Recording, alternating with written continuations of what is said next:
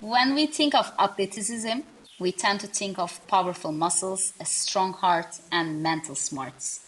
But let's shift our focus to a lesser known aspect in this episode. Emerging science is uncovering a fascinating link between top sports performance and the gut microbiome. For those who are unfamiliar with terminology, the gut microbiome is the ecosystem of microbes that live in our digestive tracts. On today's Performance Prescription Lab podcast, Jess and I will discuss the intricate relationship between a healthy gut microbiome and athletic performance.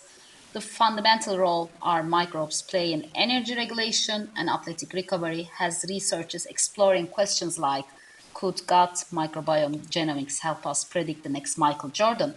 Could we harvest the microbes of professional athletes to pass on high performing microbial capabilities? Will we one day be able to purchase performance or probiotics? We need to understand the gut microbiome and how it affects sports performance first. So this leads us to our 101 courses on the gut microbiome for today.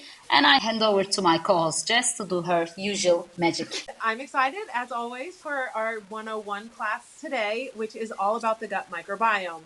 And gut health is not just a side note in the pursuit of optimal athletic performance. It is central, complex, and a fascinating component. I think we can all agree.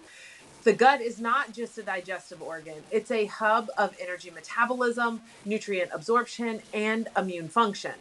The gut microbiome, with its intricate relationship with stress and hormone production, is a key player in the performance game. So, exactly what is the microbiome?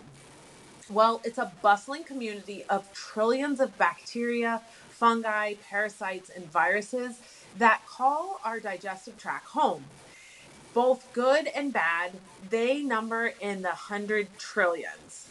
I heard one statement that somebody said that we have more bacteria, fungi, parasites, and viruses in our GI tract than there are stars in the Milky Way. And I assume if we don't take good care of our guts, the microbes will fall like shooting stars, right? For sure. That is exactly, but it's not something that we want to make that wish for. So let's continue on the gut microbiome 101 to help keep our guts nice and starry. Human cells comprise half of our body, the other half is comprised of microbiomes. Not only does the 21-foot long gastrointestinal tract host a microbiome, but scientists are discovering that the microbiota are also in our eyes, our skin, and our mouth, and probably many other places.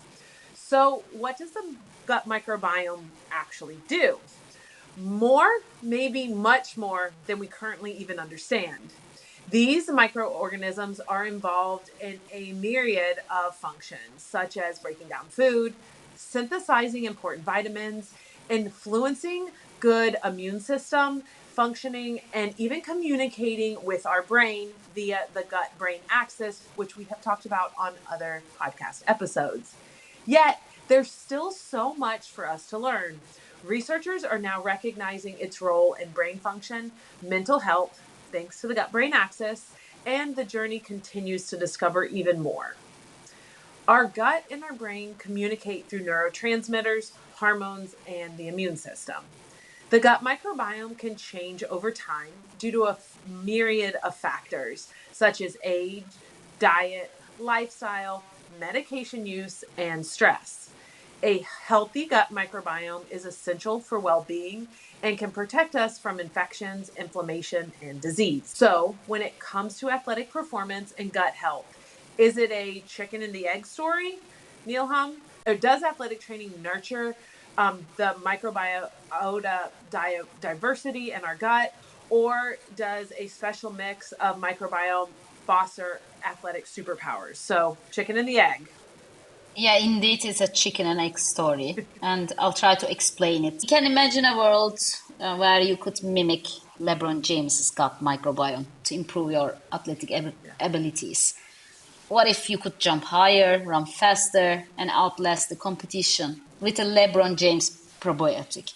This may sound like it came straight out of a sci-fi novel. Certain microbes, such as Bifidobacterium, Lactobacillus, have been linked to athletic performance. And then when they are linked to athletic performance, it means better performance recovery and even depends on the type of the sports that athlete plays.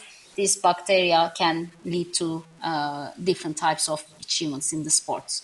So these findings now have researchers looking for ways to include the good guys, good bacteria, for better performance and faster recovery. We know which of the microbiome is supporting performance of the athletes.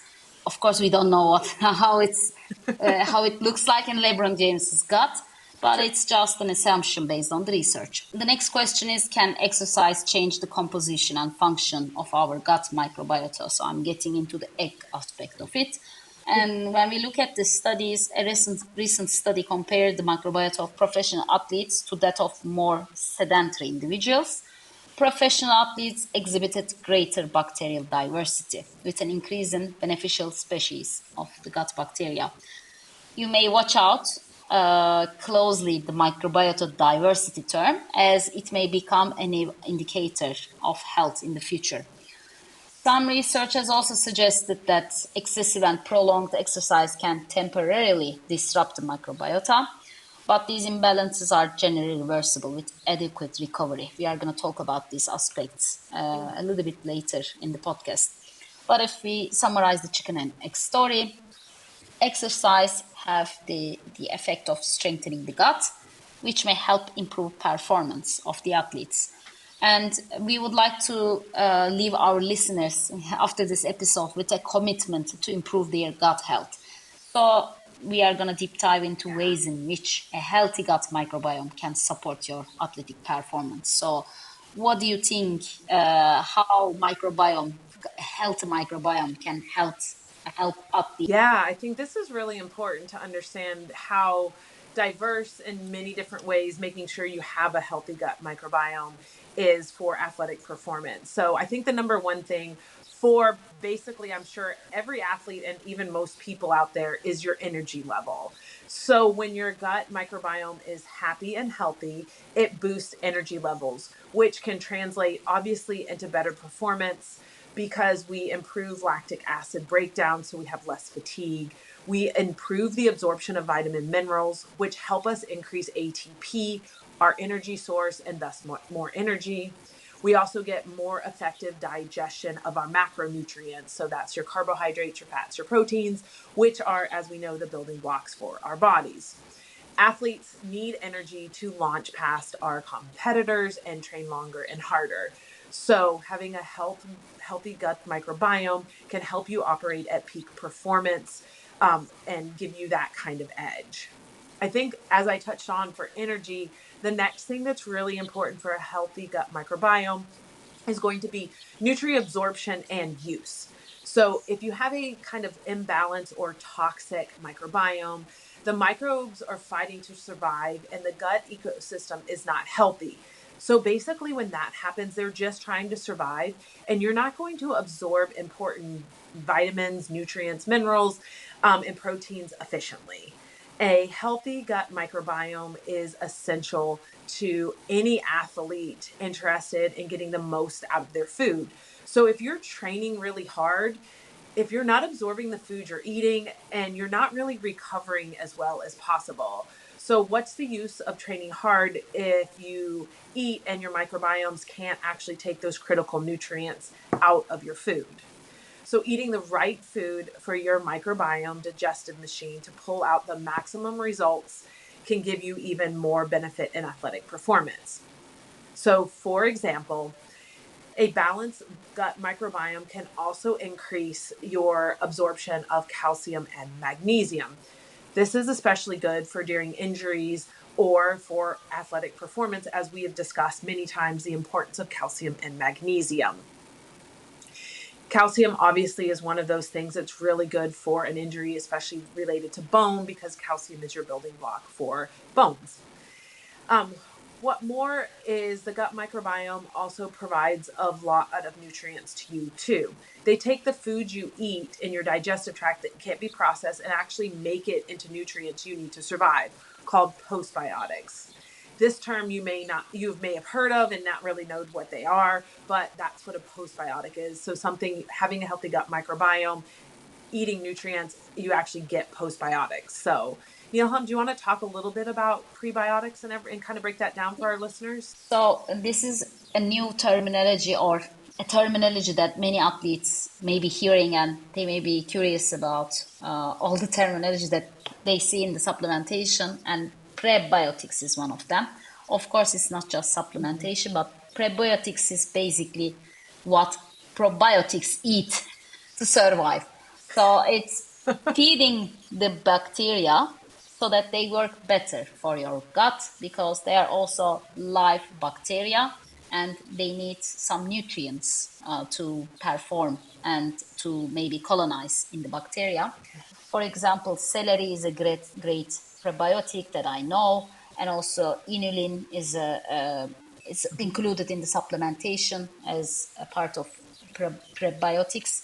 So whatever you eat, actually you are feeding your guest hosts, basically the host bacteria in your body. Actually, they are very crowded.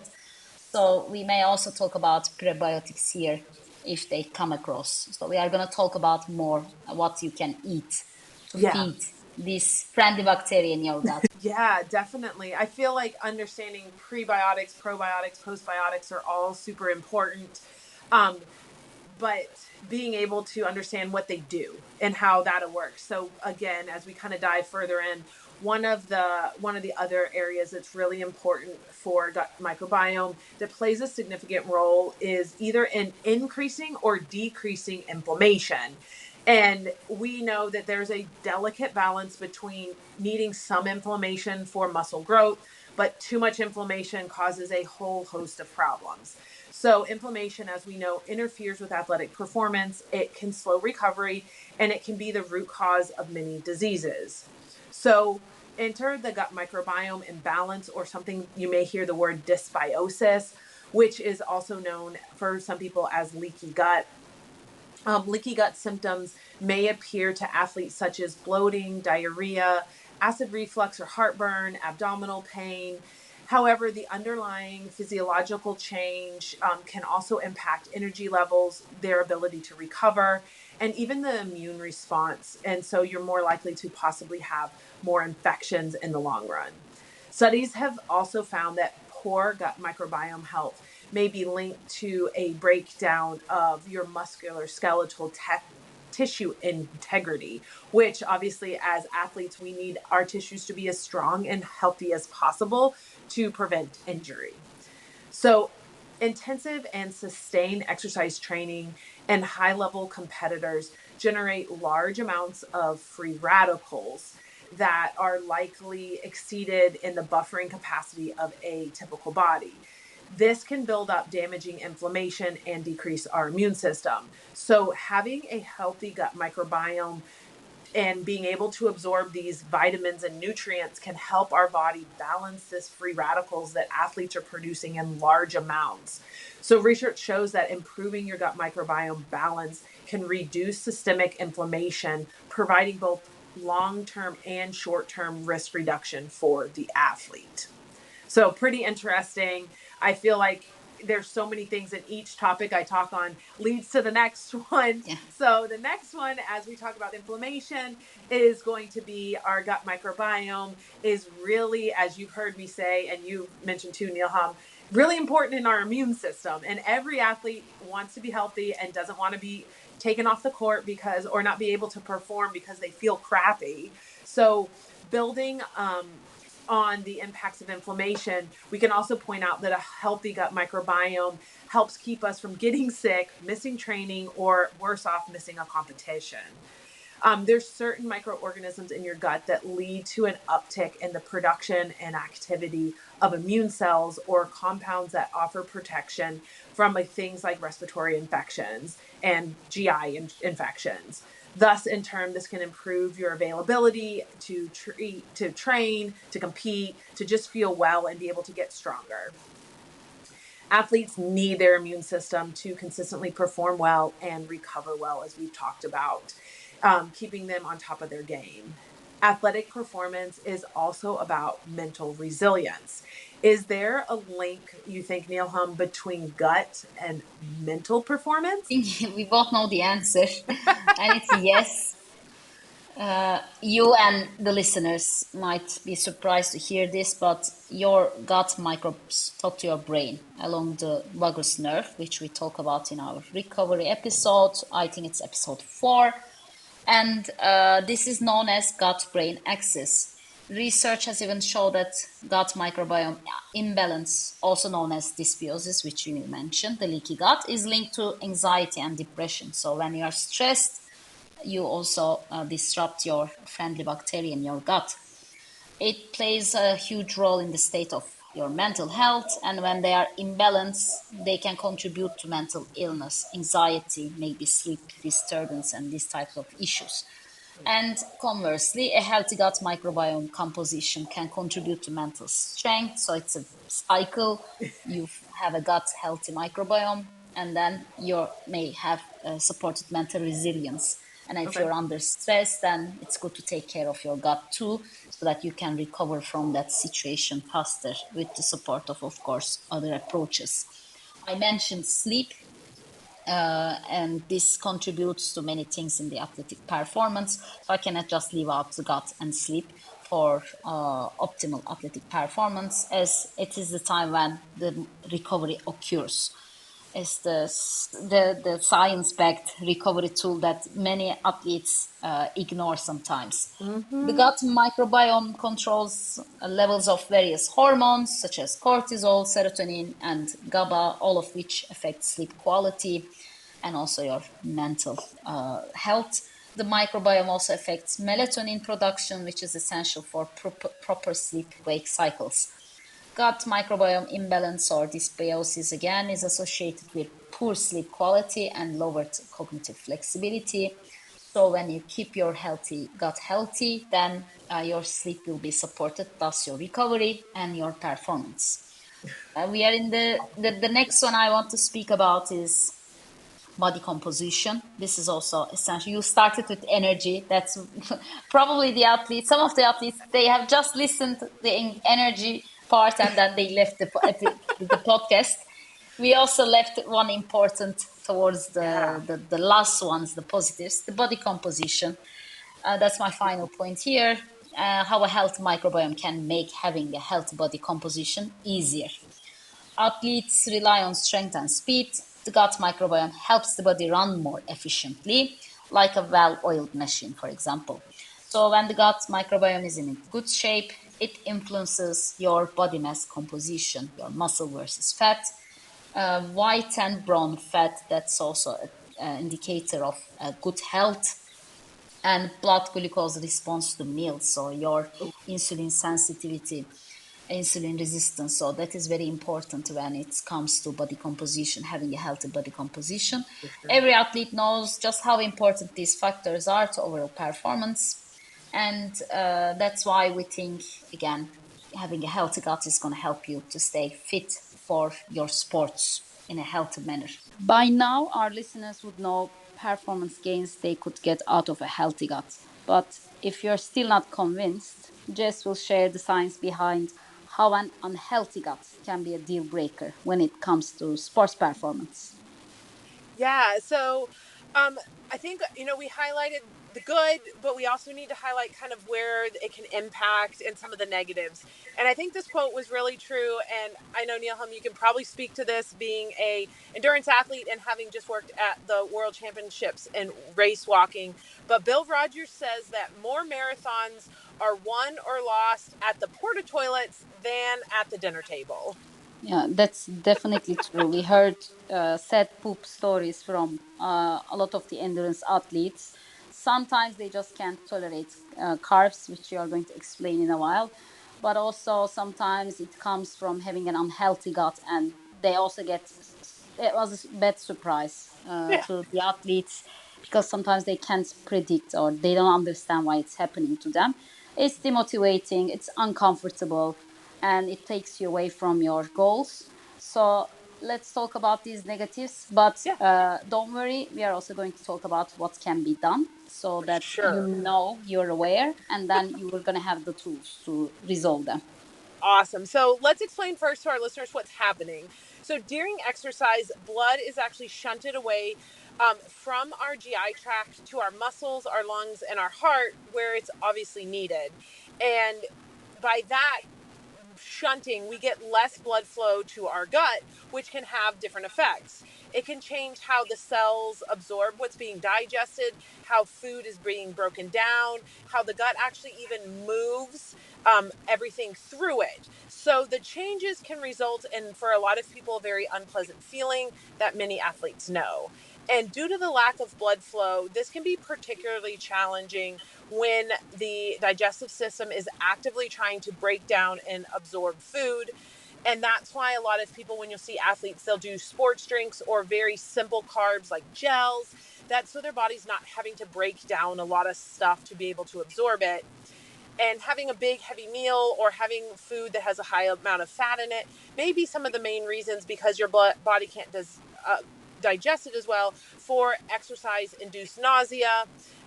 So definitely being able to work with a sports nutritionist on pre-game meals and kind of training your body can be very helpful. The other thing that can be caused with exercise are micro damaging to the intestinal lining, making it more permeable to toxins and leading to a bigger inflammatory response, which we talked about earlier. The key to exercising is finding an ideal way for your health. It's meaning finding the right gradient for your exercise, for your performance, but also for your gut microbiome. And as we know, with a lot of other stuff, it all takes personal experimentation. What works for you may not work for somebody else. Some of the greatest and most prevalent gut related issues are among athletes. I think number one, or probably most common, are either going to be IBS, leaky gut syndrome, which we've talked about, and exercise induced gastrointestinal distress.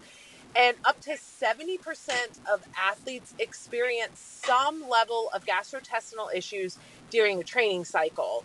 And endurance athletes, I'm sorry to report, but you tend to experience more IBS.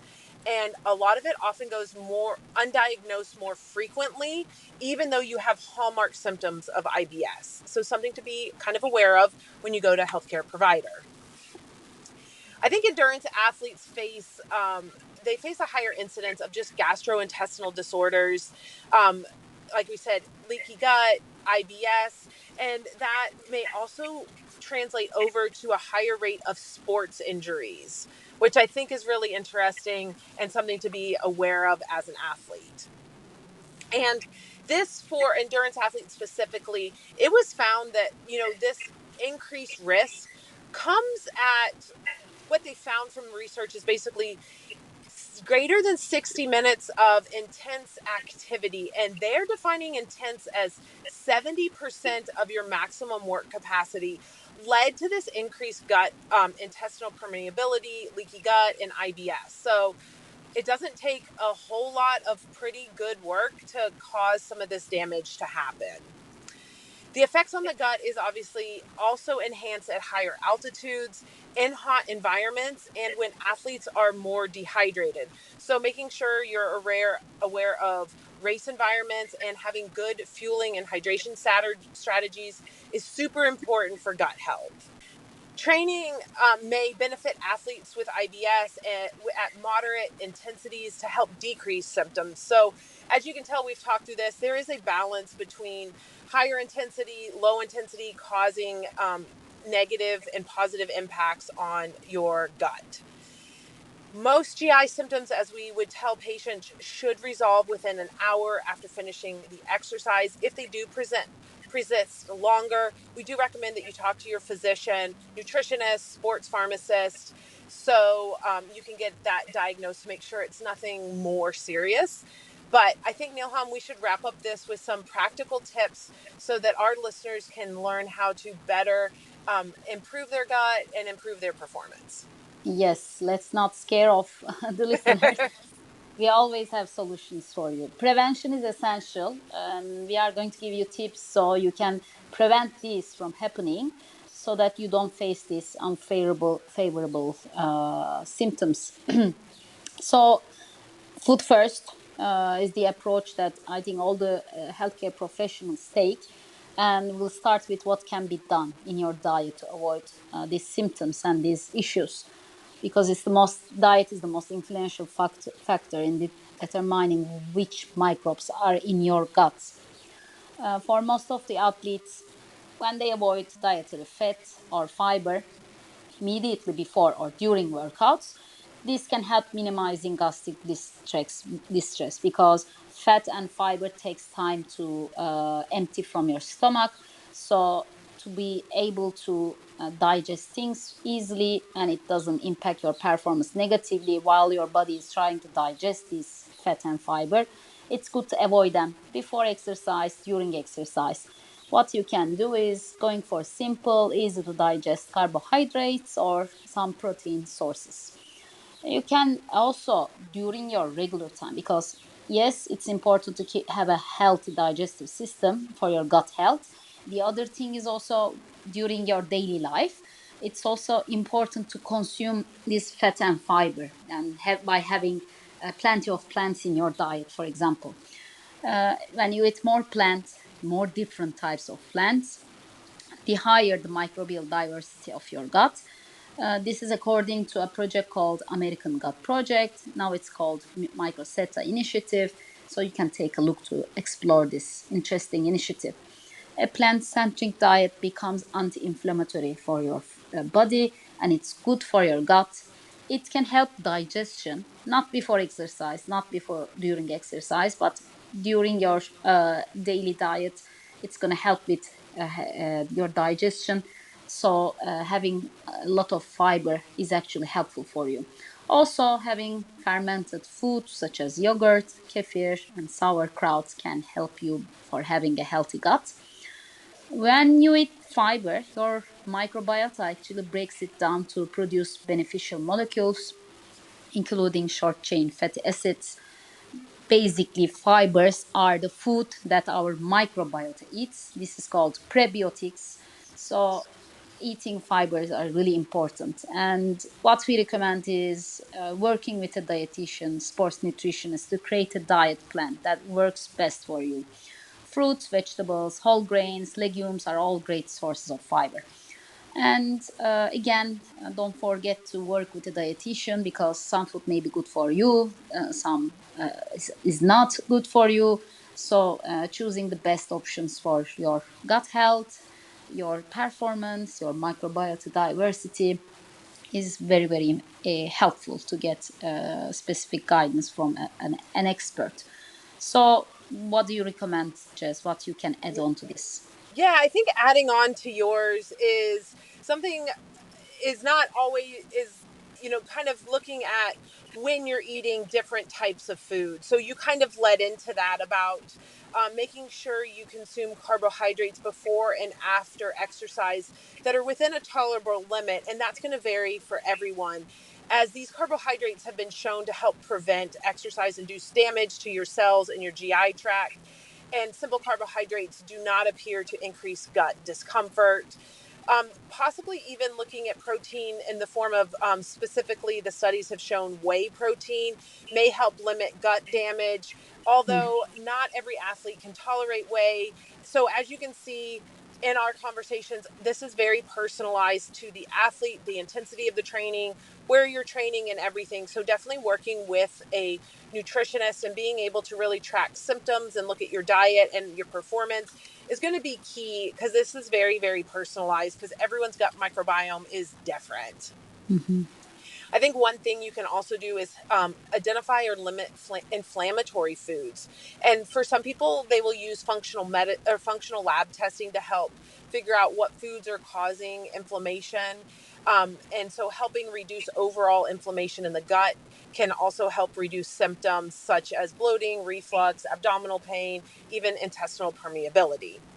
I know one strategy that people do if they need to, if they're really having discomfort with training, is they will go and work with a nutritionist on something called gut training, where these athletes and their coaches employ to basically train your belly to be able to adapt to having a little bit of food during training. So this is basically kind of working with slowly introducing like maybe one or two pretzels and then four or five pretzels just so that your body can handle this without the GI symptoms.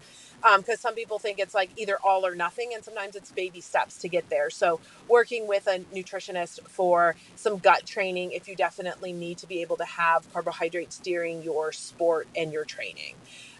Nilham, is there something else that you think we could provide our listeners with along the lines of having a healthy gut? I'm gonna add hydration, but before that, a few points to support your point that came to my mind. Yeah, Whey-based protein powders. Many athletes know, but some don't. And this is based. This is basically dairy product. So whey is made. Whey protein is good point. basically the milk, the water above the cheese. What is the right Yeah, way to say that? yeah, you did good. That's it, right?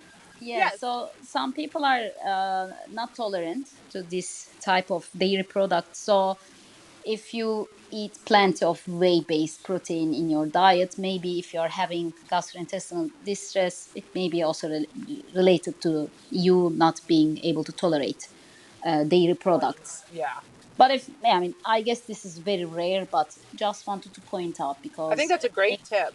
good Yeah, good information. If yeah, that's the case for you, you may go for plant-based proteins, which we described in our first season in one of our episodes about yeah, protein. The other thing is there is also this trend in my country and maybe around the countries I know, eating gluten free. yeah, It's known as an inflammatory food, but it somehow became a trend where gluten tolerant people are also avoiding gluten. There is a thin line. I mean, some diets are trendy, but if these, for example, gluten has beneficial facts. If you cut it off completely from your diet and if you don't substitute it, then it may also cause issues. So yeah, make sure through these tests or just maybe observing yourself, if you are allergic or intolerant, then you may consider cutting it off. Otherwise, this provides for example, gluten is a good fiber source. yeah. So has it may Great be good to points. yeah good to pick right inflammatory foods and avoid them. Adequate hydration is another factor to consider when addressing gut related issues in athletes. Gut health is important because when you have a healthy gut, you will be able to absorb fluids. You're going to maximize your hydration also through absorbing sodium, electrolytes, also carbohydrates, so that it can boost your performance and you get the benefit out of what you're eating and drinking. The more efficient the absorption is, you're going to have less gastrointestinal discomfort. So it doesn't get stuck in your stomach, they just get absorbed. Dehydration is an important issue that athletes face. It contributes to athletes feeling that fluids they drink accumulate and sit in their stomach. So it feels like you're running with a pool in your stomach. This feeling often occurs more frequently during higher intensity workouts or in hot environments. It's a bad feeling. So it's important that you also train your gut for fluids as well, not just absorbing carbs, as you said, is the Yeah, second point to consider when gut training, so that you can accommodate certain fluid volumes. Because in competitions, it's usually recommended to have nutrition, more fluid to be able to increase the absorption. So that is important for gut training. And just wrap up with what's recommended in terms of hydration is typical endurance athletes may take 600 to 1200 milliliters per hour of water that contains 48% of carbohydrates alongside relevant electrolytes such as sodium, which is zero point 0.5 to zero point 0.7 grams per liter. yeah, So this can provide you proper hydration during training or exercise. So we speak about the most basics, but uh, I think it requires implementation. So what do you think that athletes should do in their life? to So have proper gut health. yeah, so I think we've covered our nutrition foundation, our hydration foundation, and the other one foundation that I think a lot of people overlook is stress management and sleep quality. We talk about it all the time, but it's definitely something I think overlooked, underappreciated, and how important that both stress management and sleep are for supporting gut health and athletic performance. Competitive athletes, as we know, tend to put more stress on their bodies than the average person, especially during training periods of high intensity or long duration of training. And as we talked about, stress can affect gut motility, blood flow. It can increase intestinal permeability. It can affect a digestive enzyme production and lead to symptoms of gastrointestinal distress. I know most people can recognize the symptom, like when you're stressed, a lot of people tend to have like heartburn or maybe constipation or just not feel like they're eating. This is due to the stress and stress hormone cortisol. But it's also affecting how healthy your gut is. So something to just be aware of. So it also affects the diversity of the gut. So stress and sleep quality can also affect the diversity of what the bacteria and the fungi and everything that's living in there. And we also spoke to earlier in this that a healthy gut is also producing sleep related neurotransmitters. So again, we've talked about it a couple times, these circles or these cycles in the podcast about how if you don't sleep well, you don't produce neurotransmitters, which help you don't sleep well. So having a healthy gut can take a full circle and kind of help prevent some of that. So when you optimize gut health, athletes can ensure that they can get quality sleep and recovery, which we know is critical to performance for their sport. So if you really want to jump back into episode 3 to refresh your knowledge on sleep quality and recovery, it was one of my favorite episodes. So I hope you enjoy that one. But Neilham, as pharmacists, we've talked about the foundations and the lifestyle and stuff we can do, but I think one thing that a lot of people have started to see on the news and in information is about supplements to help your gut. So I think being pharmacists, we would be not do Yeah, it justice to not talk about supplements. I agree. I agree. After you optimize your diet, your hydration, your lifestyle, if you're needing further support, supplements can come into play. It's good technology to provide relevant probiotics, prebiotics, sometimes postbiotics. So it's important to know what's in them, what's the benefit, and how you can use them. We looked at the research because that's what we always do, and see whether multi-strain or single-strain probiotic supplements would support endurance, strength, recovery, or physical conditions like muscle pain, body composition. And when we looked at the studies, we still see that more research is required to be able to say there is a causal evidence linked to sports performance. Yes, there are studies supporting, but we know that more studies are needed, and because probiotic supplements are widely known and athletes are interested, more research is going to come, and we'll be sharing this with you. But when I looked at the studies, I understood that most research probiotic strains for athletic performance are Lactobacillus casei, Fermentum, and Acidophilus, and again Lactobacillus rhamnosus. And the other strain that is most researched is Bifidobacterium, Bifidum, and Rhamnosus strains of this healthy and friendly bacteria. Looking at one study which explored the relationship between probiotic supplementation and long distance triathlon performance, 12-week supplementation of 30 million live bacteria made up of specific strains of Lactobacillus acidophilus, Bifidobacterium bifidum, and Bifidobacterium animalis showed decrease in gastrointestinal symptoms, and it lowered endotoxin levels. Endotoxins are inflammatory Yes. compounds in our body. So this is a good result. I specifically mentioned these Latin names of these strains because we would like you to become informed users of probiotics. So make sure you read the labels. Yeah. and you get probiotic supplements from quality and safe resources. The strain codes matter. When you look at the label, you maybe see Lactobacillus acidophilus, or in other labels, you may see Lactobacillus acidophilus C220, for example. So it's kind of an identity of these strains. So when there is a specific identity, it shows more efficiency. So that may be also more reliable when you are making informed choices. So make sure you read the label and how you can use them. Specifically for athletes, if you start to use any probiotic supplements, make sure you have at least 2 weeks between your competition, because there may be side effects of probiotic supplements. These bacteria colonizes in our intestines, so you may face bloating and some other gastrointestinal issues.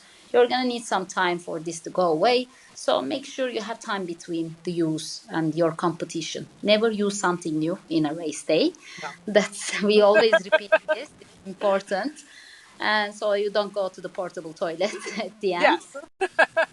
And to get the most out of these probiotic supplements, make sure you take them at the same time each day. So there's 12, 24 hours in between the use if it's recommended once daily. And generally, the recommendation is to get them post meal. When we look at the studies, the duration of use is 2 to 3 months. So you may observe yourself when you start, and to get the most out of the probiotic supplement, make sure you use at least 2 to 3 months, unless it's recommended differently by your physician or pharmacist. So we want to keep being a pharmacist. We talk about the supplements, but what is our main expertise, Jess? Yes. So we have to mention medications. Yeah, There are certain medications that athletes tend to use more frequently probably than the general population that can actually impact the gut.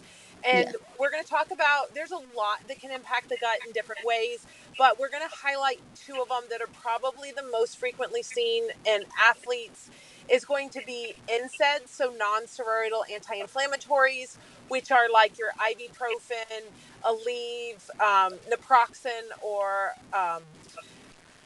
Advil. Aleve. Yeah, I'm like drawing a blank. And so these, a lot of athletes use to help with pain and inflammation, but they also directly impact the composition and the function of the gut microbiome. It can lead to dysbiosis or imbalance in the healthy and the bad bacteria in our microbiome. So I say skip or limit their use. There are times where they are definitely appropriate to be used after acute injuries, possibly a couple days if there's a lot of swelling. But if you're having to use them every day, we need to look at other alternatives to what's causing the inflammation and the pain instead of living on NSAIDs. NSAIDs have a known side effect of a lot of GI discomfort, everything from acid reflux to ulcers and bleeding. Yeah. So making sure you limit the use of NSAIDs is really important. And if you have questions, sports pharmacists are amazing resources to help give you alternatives to anti-inflammatories that may be beneficial over an NSAID. And the second class I think that we need to highlight is going to be antibiotics. So antibiotics are super important for killing the bad bacteria that cause the disease, that cause our, you know, skin infections, different things like that. But they also kill the good bacteria. And evidence suggests that antibiotics can have negative effects on our gut microbiome, including reducing species of diversity. They can alter our metabolic activity, and they can lead to the selection of antibiotic resistant organisms. And they can also lead to something that's very uncomfortable, is called C. diff infections, which Yeah. is basically a really bad diarrhea after you take antibiotics. So making sure that you use antibiotics appropriately when they're needed and not just every time you feel crappy, is going to be one thing. And then, Neilham, I know you have a really good tip on Yeah. using probiotics and antibiotics together. Yeah, one use of antibiotics and probiotics together that I see frequently in pharmacy, working in a community pharmacy, is that sometimes patients use antibiotic and probiotic at the same time. But if you not from the name, one is anti, the other is probiotic. So if you use them together, the antibiotic kill the probiotics. So this means it's inefficient. So you just waste your money. And of course, you don't get the benefits in the end. So our recommendation is if you're on an antibiotic treatment, but you also want to preserve your gut health, it's recommended to put at least 2 3 hours between the use of an antibiotic and your probiotic supplement so that you don't kill this friendly bacteria through your treatment. You're full of all good tips today, Neilham, for the user. Little I'm on a little roll. spices. You are on a roll. So I hope that listeners really enjoy this, I hope. and definitely the little helpful tips that can make a difference. So, as we close the episode, I think we need to reflect on the intricate relationship between gut health and athletic performance, something that a lot of people overlook. We've explored how maintaining a balanced gut microbiome can enhance digestion, ab- absorption of nutrients, even impact your immune system and how you feel. Remember that what works for one athlete may not work for another. And we talked about how personalized a lot of this is. So, learning to listen to your body and seeking personalized advice when optimizing your gut health is essential, whether that's through dietary adjustments, targeted supplements, or mindful lifestyle choices.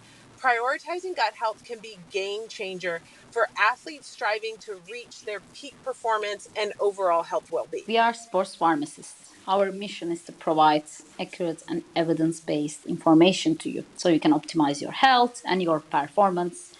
Today's topic was gut health, and we always would like to remind you that when it comes to your health and well being choices, consult with your physician or pharmacist, prioritize your safety, and always make informed decisions. Thank you very much for joining us today on the Performance Prescription Lab podcast.